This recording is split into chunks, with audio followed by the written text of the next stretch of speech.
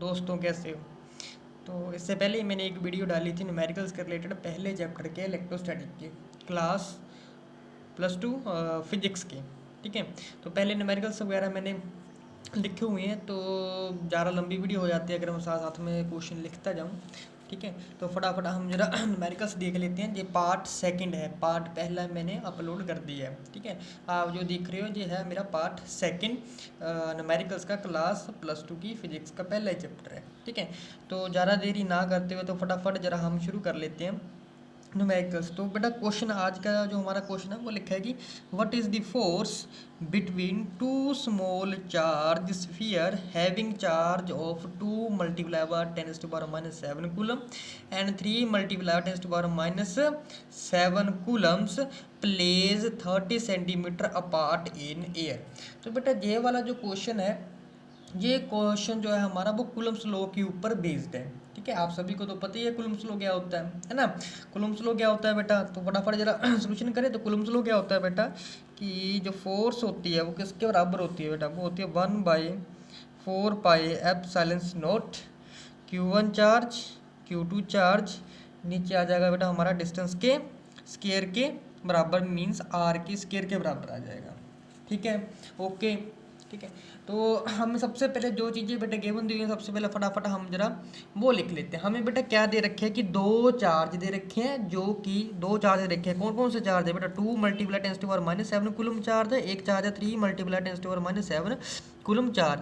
ये दो बेटा हमारे पास क्या दे रखे हैं, चार्ज दे रखे हैं, जो कि एक दूसरे से 30 सेंटीमीटर की दूरी के ऊपर बैठी हुई हैं। तो इन दोनों चार्ज में बेटा फोर्स कितनी है वो फाइंड आउट करनी है। तो फोर्स फाइंड आउट करने के लिए बेटा हम कूलम्स का फॉर्मूला है वो यूज़ करते हैं। जो कूलम्स का फोर्स का फॉर्मूला होता है वो होता है बेटा 1/4πε0 Q1 Q2 bye are square. इसका तो पता ही है बेटा, ये चीज़ तो होती है कांस्टेंट के, इसकी वैल्यू मैंने आपको फर्स्ट वीडियो में बता दी है। तो आर हमारा जो डिस्टेंस है, जो कि हमें क्वेश्चन में 30 सेंटीमीटर दे रखा हुआ है, तो Q1 चार्ज है, Q2 भी चार्ज है। ठीक है, तो फटाफट जो चीज़ बेटा गिवन है वो लिख लेते हैं। सबसे पहले हमें बेटा क्या गिवन दे रखा है, Q1। Q1 क्या है बेटा, वो है चार्ज है ना। Q1 की वैल्यू क्या दे रखी है बेटा, Q1 इज इक्वल टू है 2 मल्टीप्लाई बाय 10⁻⁻7 बेटा कूलम दे रखा है ना। इसी तरीके से Q2 है, Q2 की वैल्यू भी हमें दे रखी है, वो दे रखी है 3 मल्टीप्लाई बाय 10⁻⁻7 कूलम है ना। ये क्वेश्चन में वैल्यूज हमें गिवन दे रखी हैं। ठीक है, इसके और क्या दे रखा है बेटा, डिस्टेंस मीन्स आर की वैल्यू कितनी है बेटा, 30 सेंटीमीटर। अच्छा, लास्ट टाइम मैंने बोला था कि जब न्यूमेरिकल्स वगैरह हम करते हैं तो बेटा हमें कन्वर्शन वगैरह भी आनी चाहिए। तो हमें देखो बेटा जहाँ पर डिस्टेंस सेंटीमीटर में दे रखा है, हमें इसे करना पड़ेगा बेटा कन्वर्ट मीटर में। तो आई होप कि तुम लोगों को सभी को बेटा मैथ तो आता ही होगा, +2 क्लास के बच्चे हो, इतना तो पता ही होगा कन्वर्शन कैसे की जाती है ना। तो फिर भी अगर किसी को नहीं भी आती तो बेटा मैं तुम लोगों को जरा बता देता हूँ। देखो मीटर में जाना हमें है ना, तो बेटा 1 मीटर में जो होते हैं वो कितने सेंटीमीटर होते हैं बेटा, 100 सेंटीमीटर होते हैं। 1 मीटर में 100 सेंटीमीटर होते हैं है ना। तो 1 मीटर में होते हैं बेटा 100 सेंटीमीटर। हमें क्या दे रखा है बेटा, 30 सेंटीमीटर। 30 सेंटीमीटर किस में कन्वर्ट करना है बेटा, मीटर में। तो थोड़ा सा हम जरा ऐसे लिख लेते हैं कि 100 सेंटीमीटर हमारा हो गया बेटा 1 मीटर के बराबर हो गया। तो 1 सेंटीमीटर की वैल्यू कितनी हुई बेटा, 1/100 मीटर के बराबर वैल्यू हुई है हमारी है ना। तो अब हमें कुछ नहीं करना पड़ेगा, सीधा 1/100 से मल्टीप्लाई करना पड़ेगा जो भी गिवन वैल्यू दे रखी है। तो हाँ, आर की वैल्यू 30 सेंटीमीटर दे रखी है, इसे कन्वर्ट करना है मीटर में।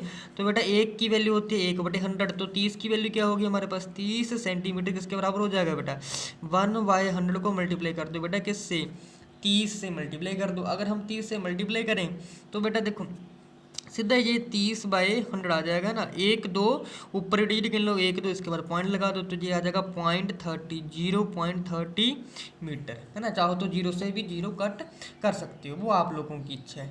ठीक है बेटा, ओके, समझ गए, पता चलेगा जी कैसे कन्वर्शन होती है ना। तो हमें आर सेंटीमीटर को बेटा किस में कितनी वैल्यू आ गई हमारी, ये वैल्यू आ गई 0.30 मीटर के बराबर, ये वैल्यू हमारी आ चुकी है। ठीक है, आई होप आप लोग समझ चुके होंगे बेटा। अब हमें कुछ नहीं करना, अब हमें कुछ नहीं करना बेटा, ओनली सीधा डायरेक्ट हमें क्या करनी है, वैल्यू पुटिंग करनी है जो फॉर्मूला गिवन दे रखा है। ठीक है, तो फॉर्मूले के हिसाब से एक और वैल्यू है ना, जो 1/4πε0, ये भी मैंने तुम लोगों को बता रखी है कि 1/4πε0, इसकी वैल्यू कितनी होती है बेटा, 9 मल्टीप्लाई बाय 10⁻9 होती है ना। अब वैल्यू पुट करेंगे सबसे 1/4πε0, इसकी वैल्यू क्या होगी बेटा 9 मल्टीप्लाई बाय 10⁻⁹ है ना। ऊपर रहेगा मल्टीप्लाई किससे होगा, चार्ज Q1 Q2, Q1 की वैल्यू दे रखी है, Q2 की वैल्यू दे रखी है, मल्टीप्लाई कर दो 2 multiply by 10⁻⁷ multiply by Q2 की वैल्यू 3 मल्टीप्लाई बाय 10⁻⁷ है ना। नीचे बेटा डिवाइड में क्या है, आर स्क्वायर का मतलब क्या होता है बेटा, 2 बार मल्टीप्लाई होना, है ना, 30 का स्क्वायर। अब ये 2 बार मल्टीप्लाई हुआ है तो 9 multiply 10⁻⁹ multiply by 2 multiply 10⁻⁻⁷ multiply by 3 multiply 10⁻⁷। नीचे बेटा ये आ गया 2 बार, है ना, स्क्वायर है तो ये आया 0.30 मल्टीप्लाई बाय 0.30, इस तरीके से लिखा जाएगा। आगे तो आप लोगों को आता ही होगा बेटा, है ना, डिवाइड वगैरह ही करना है, मल्टीप्लाई डिवाइड वगैरह ही करना है ना। इससे पहले आप लोग बेटा 10 की पावर जितनी भी है उससे सॉल्व कर लोगे, उसके बाद नीचे वाले को डिवाइड वगैरह करके लिख लोगे, ठीक है। ओके, तो बेटा आफ्टर कैलकुलेशन जो हमारा रिजल्ट क्या जाता है, 6 मल्टीप्लाई बाय 10⁻³ न्यूटन के बराबर आती है, ठीक है। ओके, अच्छा बेटा इसका अगर हम नेचर भी यहाँ से जाने तो नेचर क्या आएगा बेटा, इसका नेचर आएगा बेटा क्या है, रिपल्सिव फोर्स है। ये क्या है बेटा, रिपल्सिव फोर्स, ठीक है। ओके, समझ गए ना जहाँ तक, है ना। क्यों रिपल्सिव क्यों आया बेटा, देखो दोनों पॉजिटिव होंगे, अगर पॉजिटिव इकट्ठे वैल्यू आंसर पॉजिटिव आया ना तो दूसरे के ऊपर ही पहले के ऊपर ही दोनों पॉजिटिव हो गए, है ना। पॉजिटिव एक दूसरे क्या करते हैं, रिपेल करते हैं, है ना। ओके, समझ गए जहाँ से। तो फटाफट जरा बेटा हम नेक्स्ट क्वेश्चन कर लेते हैं ना। नेक्स्ट क्वेश्चन बेटा क्या लिखा है कि क्वेश्चन क्या है हमारा कि electrostatic force on a small sphere of charge 0.4 microcoulomb due to another small sphere of charge -0.8 microcoulomb in air is 0.2 newton. कह रहा है कि 2 चार्ज हैं हमारे पास, ठीक है। तो इस चार्ज यानी कि -0.8 माइक्रोकूलम चार्ज के कारण 0.4 कूलम चार्ज के ऊपर जो फोर्स एग्जर्ट हो रही है एयर के ऊपर, वो फोर्स एग्जर्ट कर रहा है बेटा 0.2 न्यूटन के ऊपर, है ना। तो क्वेश्चन पार्ट्स में बेटा सबसे पहले ए पार्ट है कि what is the distance between 2 charge. तो ये 2 चार्ज जो रखे हैं एक दूसरे के ऊपर जो फोर्स एग्जर्ट कर रहे हैं, फोर्स क्यों एग्जर्ट कर रहे हैं बेटा, देखो ये अगर ध्यान से देखो, ये वैल्यू नेगेटिव की है, ये वैल्यू पॉजिटिव, नेगेटिव पॉजिटिव एक दूसरे के ऊपर फोर्स है ना अप्लाई कर रहे होंगे, है ना। जब फोर्स बेटा अट्रैक्टिव होगी क्योंकि इनकी नेचर इनका दोनों का अपोजिट है, एक नेगेटिव है एक पॉजिटिव, है ना। तो इनके बीच डिस्टेंस क्या होगा, ये फाइंड आउट करना है। Second one, what is the force on second sphere due to first. तो बेटा सेकंड के ऊपर क्या फोर्स लगेगी ड्यू टू फर्स्ट के कारण, है ना। 2 पार्ट्स हैं बेटा इस क्वेश्चन के। तो फटाफट जरा सबसे पहला पार्ट सॉल्व कर लेते हैं कि पहला पार्ट, तो पहला पार्ट क्या कह रहा है बेटा, पहले पार्ट में क्या होगा बेटा, सबसे पहले Q1 यानी कि ए पार्ट है बेटा, है ना। Q1 की वैल्यू दे रखी है, Q1 की वैल्यू क्या देखिए 0.4 माइक्रोकूलम। देखो बेटा अब ये किस में आ गया, माइक्रोकूलम। पहली वीडियो मैंने तुम लोगों को बता रखा है कि माइक्रोकूलम को कूलम में कैसे कन्वर्ट करना है। तो बेटा वैल्यू कितनी होती है 10⁻⁶, बस 0.4 को मल्टीप्लाई कर दो बेटा 10⁻⁻⁶ से, ये कूलम में कन्वर्ट हो गया जी, ठीक है। अब इसी तरीके से Q2 है, Q2 की वैल्यू अगेन -0.8 माइक्रोकूलम दे रखा है। अब अगेन माइक्रोकूलम हमें इसे कूलम में चेंज करना है, तो ये आ जाएगा -0.8 मल्टीप्लाई बाय 10⁻⁻⁶ कूलम, है ना। इसे मल्टीप्लाई कर दो, ये भी चेंज हो गया। और क्या दे रखा क्वेश्चन में, फोर्स न्यूटन है ना, यूनिट, इसी से पता चलता है कि ये हमें फोर्स की वैल्यू दे रखी है। तो बेटा फोर्स की वैल्यू आ गई हमारे पास 0.2 न्यूटन। पहले वाले पार्ट में क्या फाइंड आउट करना, व्हाट इज द डिस्टेंस, यानी कि आर की वैल्यू फाइंड आउट करनी है। तो आप देख के पता चल ही रहा होगा हमें फॉर्मूला कौन सा यूज करना है बेटा, Coulomb's law of electrostatic force, है ना। तो एफ की वैल्यू हमें पता है कि वी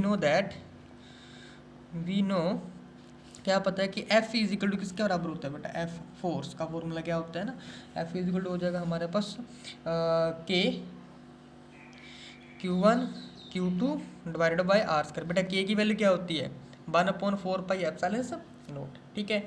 तो के की वैल्यू बेटा यहाँ पर अगेन के की वैल्यू क्या होगी, साथ में 9 मल्टीप्लाई न्यूमेरिकल वैल्यू बोल रहा हूँ मैं ना, 9 × 10⁻⁹ newton metre square coulomb inverse square के बराबर होती है, इसी के बराबर होती है ना। अब हमें क्या करना पड़ेगा बेटा, इसे थोड़ा रीअरेंज करके लिखना है, इसमें से आर की वैल्यू निकालनी है। आर यहाँ पर है तो बाकी दूसरी साइड ले जाओ, ठीक है। यानी कि आर स्क्वायर इस साइड चला जाएगा, एफ इस साइड हो जाएगा, है ना। तो आर स्क्वायर की वैल्यू बेटा आ जाएगी के Q1 Q2 नीचे फोर्स, ठीक है। अब वैल्यू पुट कर दो, के की वैल्यू होती है बेटा 9 × 10⁹ अब Q1 Q2 की वैल्यू पुट कर दो 0.4 multiply 10⁻⁶ multiply by 8 multiply by 10⁻⁶, ठीक है बेटा, यही वैल्यू थी है ना। तो डिवाइड कर दो किससे, फोर्स की वैल्यू कितनी है बेटा 0.2 है ना। तो ये बेटा क्या आ जाती है कैलकुलेशन करने के बाद, ये आता है 144 मल्टीप्लाई बाय 10⁻⁴ के बराबर आता है। ये बेटा आर स्क्वायर की वैल्यू हमें किसकी निकालनी है, आर की वैल्यू निकालने के लिए ये स्क्वायर है इस साइड जाके ये रूट में चेंज हो जाएगा। तो 144 मल्टीप्लाई बाय 10⁻⁴ देखो 10⁻⁴ है, रूट टूट जाएगा इसका, 144 12 का स्क्वायर होता है, इसका भी रूट टूट जाएगा। तो क्या वैल्यू आ गई बेटा जी 0.12 मीटर के बराबर आ गया ना। ये मीटर में, अगर हमें सेंटीमीटर में जाना है तो बेटा 12 सेंटीमीटर आ जाएगा जी, है ना। काफ़ी ज़्यादा आसान है। तो डिस्टेंस की वैल्यू आ गई बेटा 12 सेंटीमीटर, अगर मीटर में है तो 0.12 मीटर के बराबर आ गया। ये काफ़ी आसान है। अब फटाफट जरा इसका सेकंड पार्ट भी देख लेते हैं। बी क्या कह रहा है कि what is the force on the second sphere due to first, है ना बेटा स्फीयर चार्ज है। कह रहा है कि देखो बेटा एक चार्ज हमारा यहाँ पर है, दूसरा चार्ज हमारा यहाँ पर है, यानी कि बीच जो डिस्टेंस है वो वैल्यू हमें निकाल लिया है ना 12 सेंटीमीटर, या फिर कह सकते हो कि 0.12 मीटर के बराबर, है ना। तो बेटा एक पॉजिटिव है और एक नेगेटिव है ना। अब कह रहा है कि फर्स्ट वाले के कारण सेकंड के ऊपर क्या फोर्स पड़ेगी, या सेकंड के कारण फर्स्ट वाले के ऊपर क्या फोर्स पड़ेगी, है ना। बेटा इसका जवाब दोनों का बेटा एक ही रहेगा, जितनी फोर्स जे इसके ऊपर एग्जर्ट करेगा उतनी फोर्स जे इसके ऊपर एग्जर्ट करेगा। दोनों में बेटा कुछ भी डिफरेंस नहीं है, दोनों में फोर्स सेम रहेगी, ठीक है। तो हम लिख सकते हैं बी पार्ट का आंसर कि both the sphere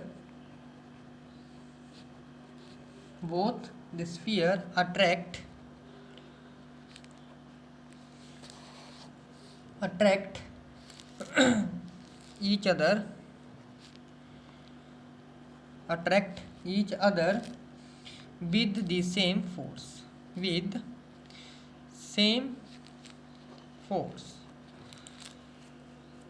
so that the force on second sphere due to the first is 0.2 Newton, 0.2 Newton के बराबर आ जाएगी, ठीक है, समझ गए। ओके ठीक है बेटा, मिलते हैं हम नेक्स्ट वीडियो में, तब तक जय हिंद, थैंक यू।